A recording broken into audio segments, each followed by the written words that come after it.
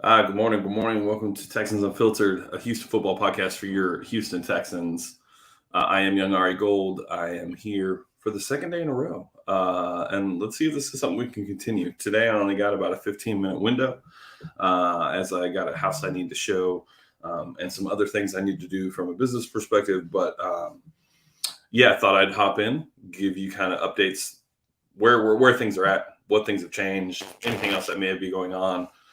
New interview request was submitted last night, um, and some information I received late last night as well regarding the situation and where it's at. It's really in the totality of since Nick Caserio has been here, so for the last two seasons, where the Texans are at, what has happened in the past, what was the press conference, and just add some more information to things that you guys already know. There are things that people know, and there are things that people believe. I think that's an extremely good starting point for where we're going to go. A lot of times, as fans or people, we tend to really kind of believe what we're told to believe. We're told to, what we see, whether it be Twitter, YouTube, Instagram, Facebook, news articles, things of that nature. You have to understand that each writer, whether it be on Twitter or Facebook or an article that they wrote, all of those people have the people that say they have sources all mostly have different sources, right?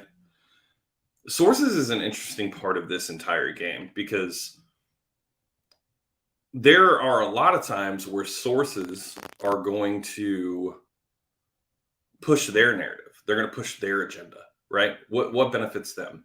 Anything that's ever reported from a source is leaked for a purpose, right? So just think about that for just 2 seconds. If something is leaked, somebody wanted it to be heard, right? If not, why would it be leaked?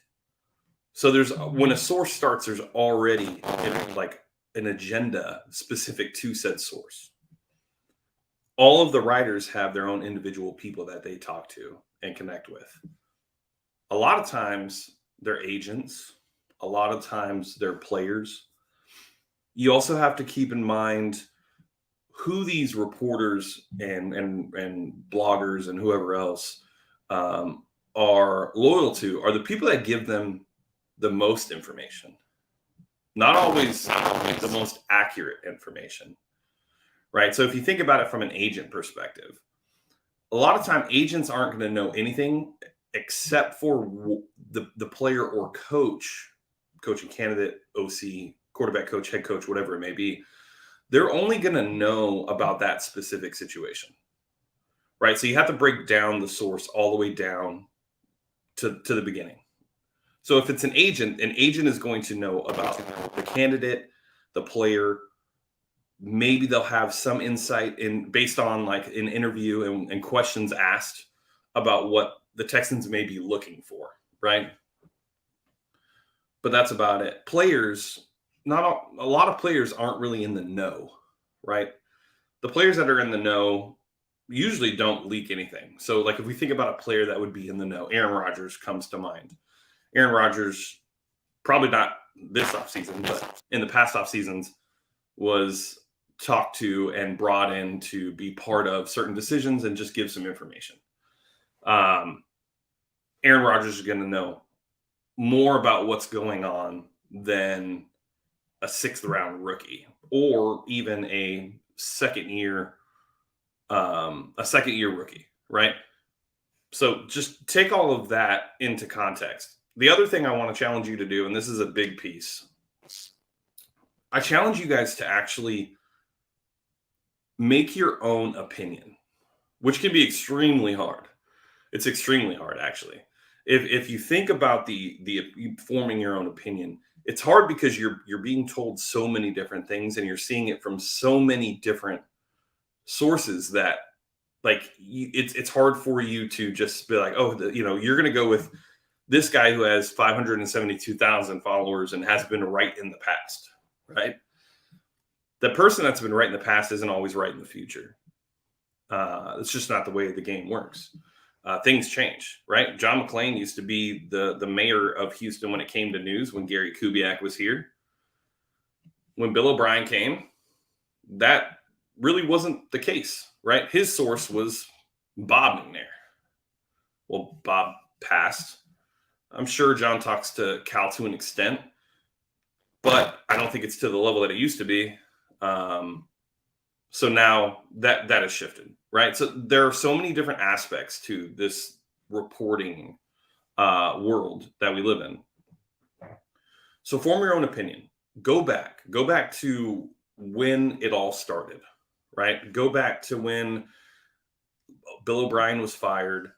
Go back to when Deshaun requested for a trade before we even knew about the allegations. Go back to when Nick Caserio was hired. Go back to when we found out about the allegations. Then go back to when Nick Caserio was hired, and really start to just put things together. Don't just go off of a tweet. Don't go off of what an individual says. Just read the stories, read the articles, and start to take little things here and there from those articles and make your own opinion. And like I said, it's a hard thing to do because one, you're going to have to take some time out of your day to go research and look these things up. But if you do that, I think today and the next, for the next 4 or 5 minutes, you'll walk away with a better understanding of where the Texans are at and what kind of got us here.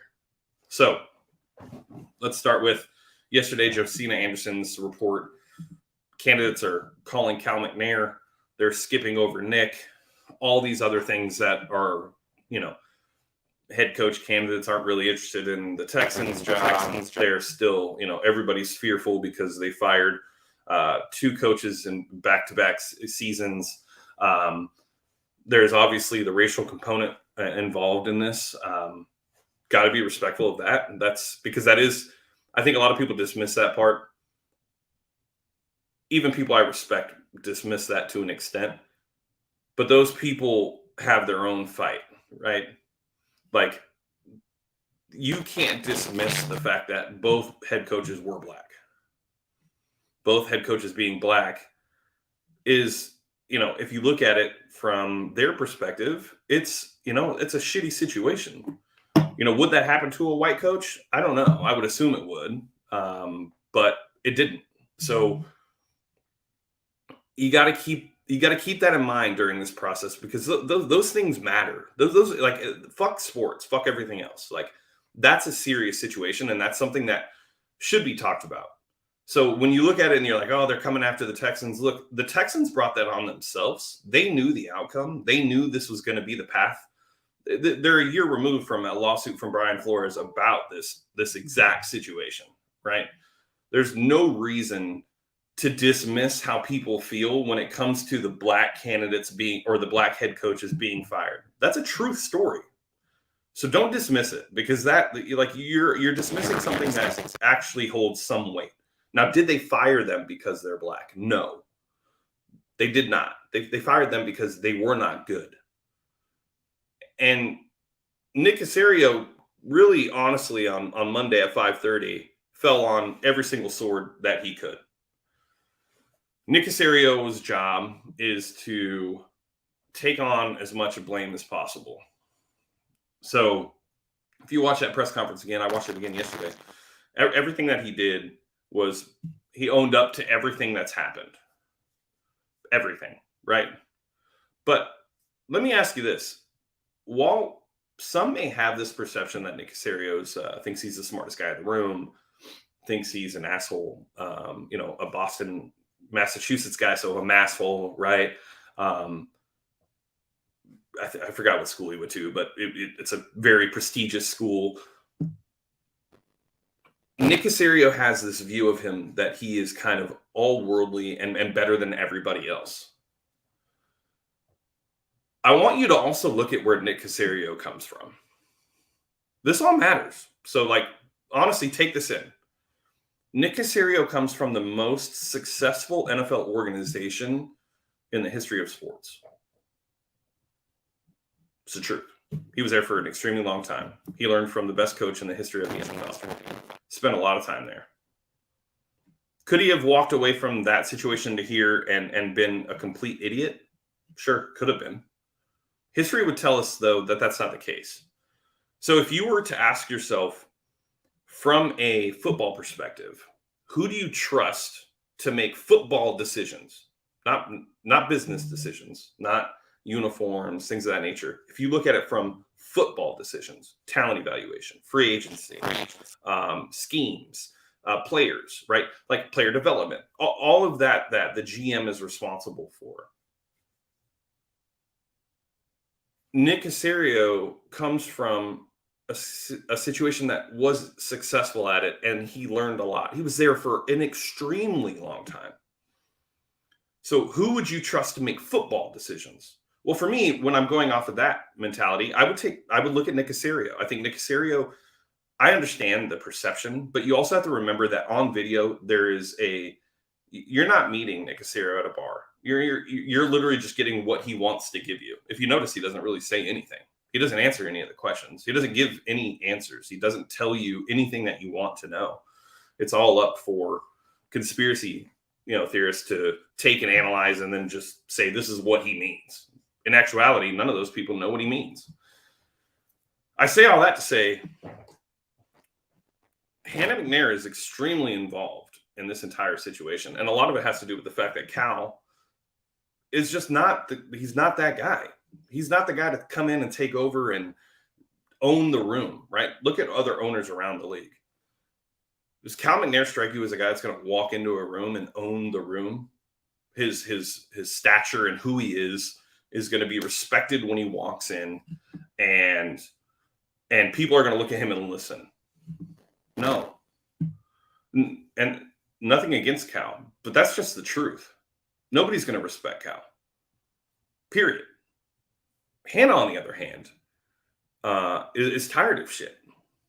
And she's got to sit through all these games. She's like, this is a part of her legacy too. She's married to Cal. Cal's Hannah, if you look at Deshaun Watson, when he came to Cleveland, Cal shook his hand. He wasn't man enough to even turn his shoulder to the guy that put us in this situation. Hannah McNair brushed it off. Hannah McNair is in charge. Hannah McNair is the one making all of these changes, all of these suggestions. It's an interesting situation, but right now with where it has things within the organization, because Hannah has her opinions and the things that she wants to do, there's a rock. Nick is stuck between a rock and a hard place. Hannah has what she believes should be done, and it's in a group effort, and it's involving everybody within the organization, which isn't necessarily a bad thing. It's nice to have different views and opinions taken into consideration to ultimately make the best decision. But when you hire a guy to do something football related, and he's the only one that has the resume to make those decisions, while the owners have no resume and no experience and no understanding of really how the league works from a personnel perspective, from an evaluator perspective, like you can't hold on.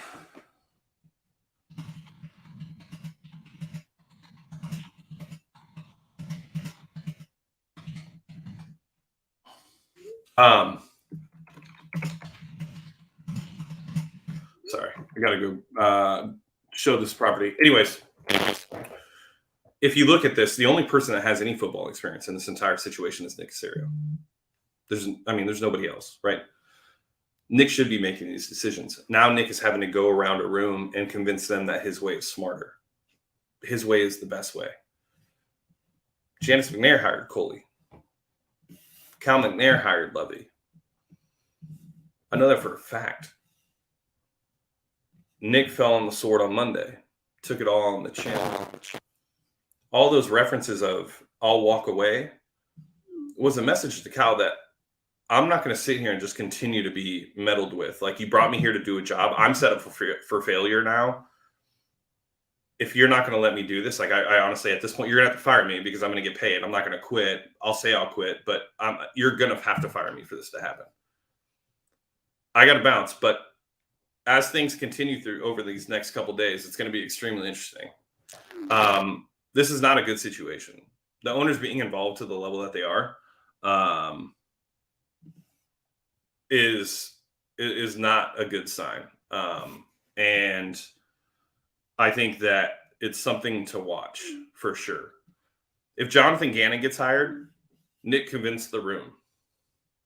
If anybody else gets hired, there's a chance that Nick signed off on it, but it wasn't Nick's idea.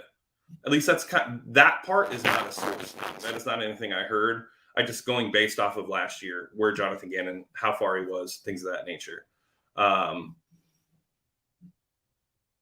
But Hannah being where she's at and in at this part it's going to only do damage. And it puts the Texans in a terrible situation, and it puts the GM that they hired away, that they've been trying to take for the last 4 years, in a worse position because he's not able to do what he needs to do. This isn't a Nick Caserio defense. Like, I'm not defending Nick Caserio. I'm just trying to give you the background of the story that lets you know why we are where we are and why things are happening the way they are. They shouldn't happen that way. You don't hire football people to make football decisions and then not let them make football decisions. And if you look around the league, the organizations that are successful don't have owners that are in meddling, right? You can point to the Cowboys and be like, well, yeah, what have they accomplished? What have they accomplished over the last 20 years? What have they truly accomplished? They have less playoff wins than the Texans. What have the Browns accomplished? What have the Commanders accomplished? There are so many teams that you can point to. And those all have owners that are involved. You let the football people do the football stuff. The Texans are failing to do that. I got to hop. I'll see you guys tomorrow morning. YoungAriGold signing off for Texans Unfiltered. I'll catch you next week.